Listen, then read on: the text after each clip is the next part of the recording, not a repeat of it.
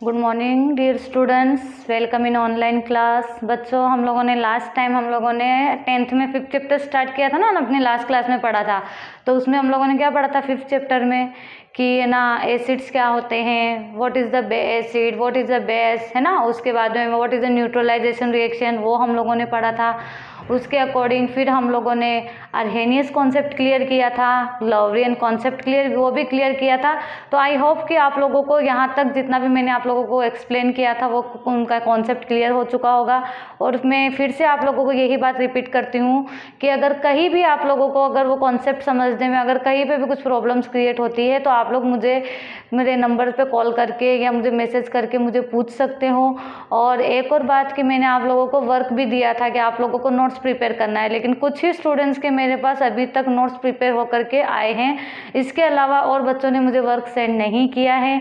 तो बच्चों तो आप लोगों को क्या करना है, जैसे जैसे हम पढ़ा रहे वैसे वैसे आप लोगों को भी अपना वर्क कंप्लीट करते चलना है और स्टडी कंटिन्यू रखनी है ना, ठीक है। तो हम लोगों ने इस चैप्टर में क्या स्टडी किया था कि अर्हेनियस ने क्या बताया था कि जो एसिड्स और बेस होते हैं वो ऐसे कंपाउंड्स है जो हाइड्रोजन आयन और hydroxyl gives a hydrogen ion and hydroxyl ions, है ना। फिर इसके अलावा हम लोगों ने नेक्स्ट कौन सी थ्योरी पढ़ी थी, कौन से साइंटिस्ट थे वो, लॉवरियन ब्रॉन्स्टेड, है ना। इनका कॉन्सेप्ट क्लियर पड़ा था। तो उन्होंने क्या किया था कि acids are a proton donor and base are a proton acceptor, है ना। कि एसिड जो कंपाउंड्स होता है वो क्या करता है, एसिड जो प्रोटॉन होंगे उसके वो क्या करेगा, बेस को डोनेट करेगा, ठीक है। तो मतलब एसिड जो है उसमें क्या बोलेंगे हम, acid are a proton donor and base are a proton acceptor, है ना। ये थ्योरी हमने क्लियर की थी। उसके बाद में आज हम जो पढ़ेंगे, हम स्टडी करेंगे Lewis concept of acid and bases. अब जो थर्ड साइंटिस्ट जो इसमें इन्वॉल्व हुए वो कौन सा थर्ड कॉन्सेप्ट कौन सा है हमारा, Lewis concept of acids and bases, है ना। कि अब इन साइंटिस्ट ने कौन से ईयर में ये बताया था, 1923 के अंदर। इन 1923 उन्होंने क्या बताया, gave a new theory according to it कि acids are a substance that accept electron pair. Acid क्या है, acids are a substance which accept electron pair. क्या करता है, इलेक्ट्रॉन एक्सेप्ट करता है, लेकिन किस में करेगा, पेयर में। पेयर यानी जैसे फॉर एग्जांपल हमारे पास किडनी है हमारी बॉडी में, है ना। तो एक किडनी तो है नहीं, तो हम क्या बोलते हैं, पेयर ऑफ किडनी, ऐसे बोलते हैं ना।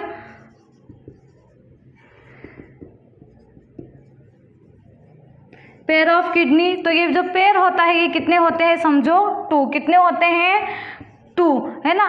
तो ये यहाँ पे क्या करता है, acids are a substance that accept electron pair, है ना। इलेक्ट्रॉन पेयर क्या करता है, वो एक्सेप्ट करता है। किससे एक्सेप्ट करता है, कौन उसे देगा, बेस डोनेट इलेक्ट्रॉन पेयर। तो क्या करता है, विच ये अभी मैं आपको पूरी डेफिनेशन पढ़ के बस सुनाती हूँ। Acids are a substance which accept electron pair and base are a substance that donates electron pair. अब बेस इसमें क्या है, क्या करता है, डोनेट इलेक्ट्रॉन पेयर। अब जो इलेक्ट्रॉन्स होते हैं ना हमारे, जो इनके हर इसमें जैसे ये क्या है, BF3। अब BF3 का ये फुल फॉर्म क्या है, बोरॉन ट्राईफ्लोराइड। क्या बोलेंगे इसे, बोरॉन ट्राईफ्लोराइड। क्या बोलेंगे इसे, है ना। ये हो गया। अब ये क्या कर रहा है यहाँ पे, ये अभी इसमें इलेक्ट्रॉन जो है वो किस में एक्सेप्ट, डोनेट और एक्सेप्ट का जो प्रोसीजर होगा वो किस में होगा, पेयर में। सिंगल इलेक्ट्रॉन नहीं जाएगा बल्कि किस में जाएंगे, पेयर में। अब हमारे पास एग्जांपल किसका है, एसिड, है ना। एसिड ये क्या है, BF3 यानी बोरॉन ट्राईफॉस्फेट। बेस क्या है हमारे पास, अमोनिया NH3। इसमें यहाँ पे क्या किया है, क्या फॉर्म हुआ है, सेम ऐसे ही रहा है, लेकिन इसमें ट्रांसफर क्या हुआ, यहाँ कंपाउंड फॉर्म नहीं हो रहे, यहाँ पे सिर्फ एक दूसरे को ये क्या ट्रांसफर करेंगे, अपने इलेक्ट्रॉन। एक तो अपने पेयर ऑफ इलेक्ट्रॉन देगा और दूसरा उसे क्या करेगा, लेगा, है ना।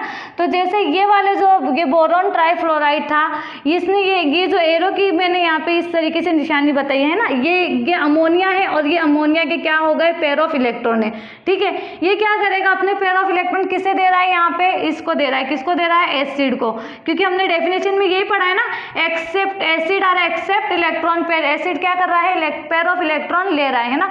तो इसमें ये क्या करेगा, यहाँ पे ये अमोनिया ने क्या किया है, अपने जो पेयर ऑफ इलेक्ट्रॉन थे ये किसको दे दिए, एसिड को, है ना। तो ये क्या, ये हो गया हमारा, तो मतलब जो लेविस का जो कॉन्सेप्ट था, उनका क्या कहना था कि जो एसिड, जितने भी एसिड्स होंगे वो क्या करेंगे, पेयर ऑफ इलेक्ट्रॉन लेंगे, और बेस जो होंगे वो पेयर ऑफ इलेक्ट्रॉन डोनेट करेंगे। ठीक है, ये आपको यहाँ तक क्लियर हुआ।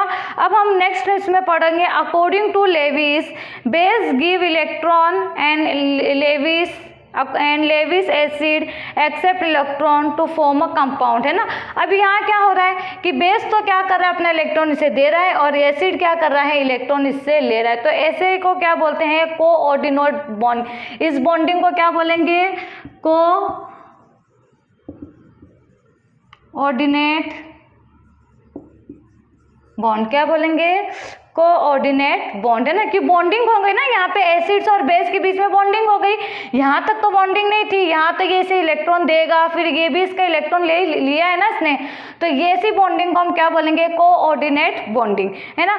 According to this theory electron deficient compound will work like an acids are called Lewis acid. अब इसमें क्या है, इस पूरी थ्योरी के अकॉर्डिंग जो लेविस एसिड्स है वो क्या होंगे, इलेक्ट्रॉन डिफिशिएंसी कंपाउंड होंगे। क्या होंगे, ऐसे कंपाउंड जिनमें इलेक्ट्रॉन की कमी होंगी, तो वो क्या हो गए, ये क्या हो गए, boron trifluoride, aluminium trichloride, magnesium etcetera, है ना। ये तो क्या हो गई, ऐसे कंपाउंड्स को क्या बोलेंगे, लेविस एसिड्स। और फिर लेविस बेस क्या होंगे, इसके बारे में पढ़ते हैं।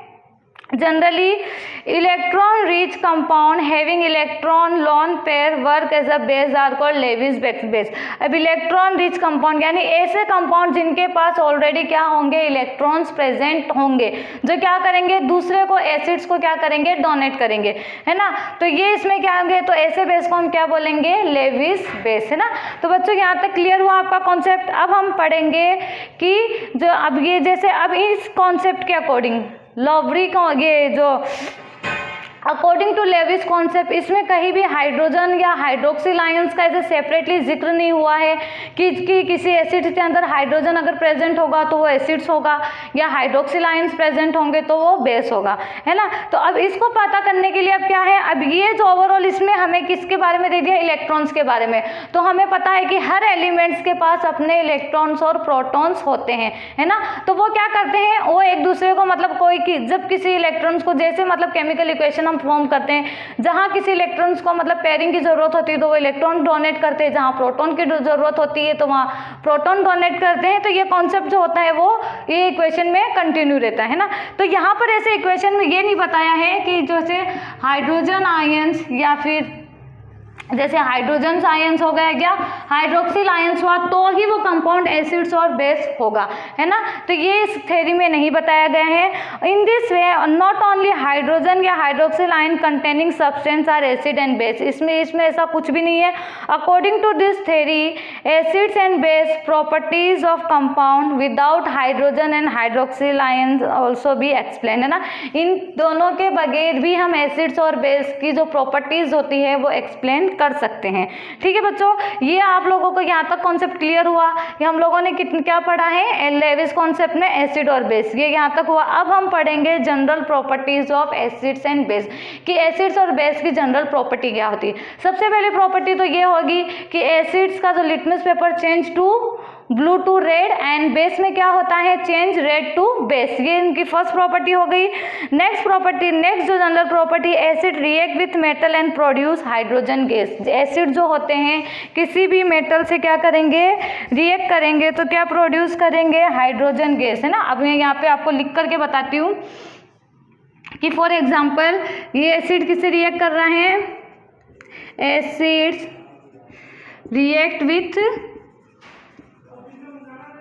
मेटल। अब मेटल क्या लेंगे, एसिड को हम लेते हैं फॉर एग्जांपल मैंने H2SO4 लेते हैं ना, हाइड्रोक्लोसल्फ्यूरिक एसिड H2SO4 प्लस मेटल में हम लेते हैं जिंक, क्या लेंगे, जिंक, है ना। अब यहाँ पे इन दोनों को रिएक्ट करो तो क्या फॉर्म हो जाएगा, यहाँ पे ये इससे रिएक्ट करेगा, है ना। तो जिंक सल्फ्यूरिक एसिड हो जाएगा,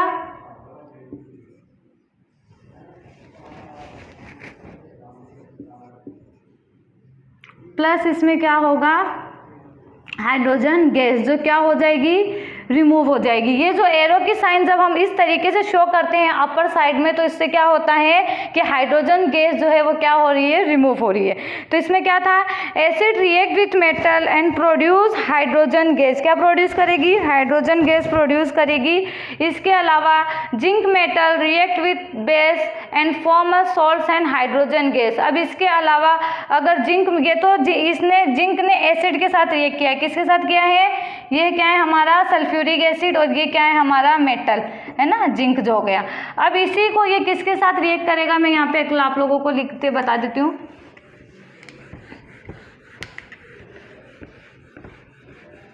ये इतना तो आप लोगों को समझ में आया होगा। अब ये क्या करना है, अब हमें एसिड को, किसको, बेस को और मेटल को रिएक्ट करवाना है ना। तो ये क्या हो गया, NaOH, है ना, प्लस क्या है, जिंक। तो अब क्या प्रोड्यूस करेंगे, Na जिंक, है ना, सोडियम, और ये जिंक हो जाएगा सोडियम। ये इतना हमने इस कॉन्सेप्ट में मिल रहा है इसके इस कंपाउंड्स में, और प्लस हमें इसमें से क्या करना है, हाइड्रोजन गैस इसमें से क्या करना है, रिमूव करना है। अब आप लोग ये मुझे बताओ कि इक्वेशन हमारी यहाँ पे बैलेंस नहीं हुई है, तो अब हम क्या करेंगे, अपनी इक्वेशन को बैलेंस करेंगे, है ना। तो इक्वेशन को बैलेंस करने के लिए अब जैसे हमें पता है कि हाइड्रोजन गैस जो रिमूव होंगी वो 2 मॉलिक्यूल्स होंगे हाइड्रोजन के, मतलब यहाँ पे हाइड्रोजन क्या होना चाहिए, इस फॉर्म में H2, है ना। तो ये करने के लिए हमें यहाँ पे भी हाइड्रोजन 2 करना है, तो इसको हम इस तरीके से करेंगे ना। तो ये करेंगे तो यहाँ पे हमें हाइड्रोजन कितने मिल गए, 2 हाइड्रोजन यहाँ हो गए। अब इसके अलावा ये पूरे कंपाउंड में सब में 2 लगाना पड़ेगा, तो हम इसमें क्या करेंगे, Na2, है ना, फिर उसके बाद में ये क्या हो जाएगा, O2 ZNO2, इसको इस तरीके से फिर हम राइट करेंगे। कैसे करेंगे, NO2 तो लिख लिया, फिर ZNO2, यानी कि पूरे कंपाउंड में, मतलब यहाँ पे सोडियम भी 2 होने चाहिए, ऑक्सीजन भी 2 होना चाहिए, हाइड्रोजन भी 2 होने चाहिए, और प्लस जिंक भी के मेटल भी कितने होने चाहिए, 2 होने चाहिए। तो 2 होने के लिए हमने पूरी इक्वेशन को बैलेंस करने के लिए सिर्फ क्या किया, यहाँ पे 2 पुट किया, है ना। यहाँ पे 2 रखने के साथ में जैसे ही यहाँ पे 2 किया, तो हमें सबसे पहले तो हाइड्रोजन गैस इसमें से रिमूव होते हुए मिलेगी। उसके अलावा फिर हम क्या करेंगे, जैसे सोडियम हो गया, तो सोडियम यहाँ पे कितने हैं, 2, तो यहाँ पे भी Na2 हो गया। फिर यहाँ पे क्या है, जिंक ऑक्साइड, फिर ये कितना है, ये भी 2 करना पड़ेगा, तो JNO2 हो गया, है ना। तो ये क्या हो गई, हमारी इक्वेशन बैलेंस हो गई, है ना। तो सोडियम जिंकेट, इस वाले को क्या बोले, हम बोलेंगे, हम सोडियम जिंकेट बोलेंगे, ठीक है। यहाँ तक आप लोगों को पता चला, ये इतना हो गया। इसके बाद में इसकी नेक्स्ट प्रॉपर्टी क्या होगी, acid react with metal oxide two gives salts and water. अब जब कभी भी एसिड मेटल ऑक्साइड से क्या करेगी, रिएक्ट करेगी, तो क्या फॉर्म होगा, सॉल्ट एंड वाटर। तो इसका भी हम एग्जांपल रिएक्ट देखते हैं कि इसमें कैसे फॉर्म होता है, acid metal oxide plus acid, है ना। ये कॉन्सेप्ट आप लोगों को क्या करते चलना है, इसमें जैसे जैसे मैं पढ़ाऊँ तो आप लोगों को हर एक इक्वेशन को एक केयरफुली अच्छे से क्या करना है, सॉल्व करना है।